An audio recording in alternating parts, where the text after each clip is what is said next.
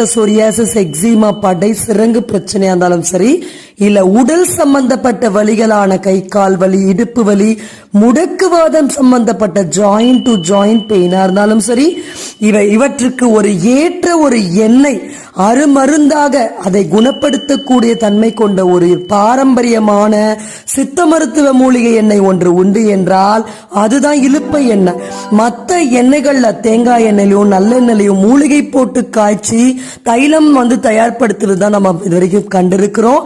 ஆனா ஒரு எண்ணெயில எந்த மூலிகையும் சேர்த்தாமலேயே அற்புத பலன்களை நிரப்பி வைத்துக் கொண்டிருக்கக்கூடிய ஒரு எண்ணெய் தான் இன்று நாம் அரிதாக காணக்கூடிய ஒரு நிலைமையில் இருக்கக்கூடிய இலுப்பை மரத்தினுடைய இலுப்பை எண்ணெய். இலுப்பை மரம் நம்ம நிறைய இடத்துல பார்த்திருக்கலாம். இந்த வீடியோல காட்டுற மாதிரி ஒரு மிகப்பெரிய ஒரு மரம். அந்த மரத்தினுடைய பட்டை, வேர், பூ, இலை அனைத்துமே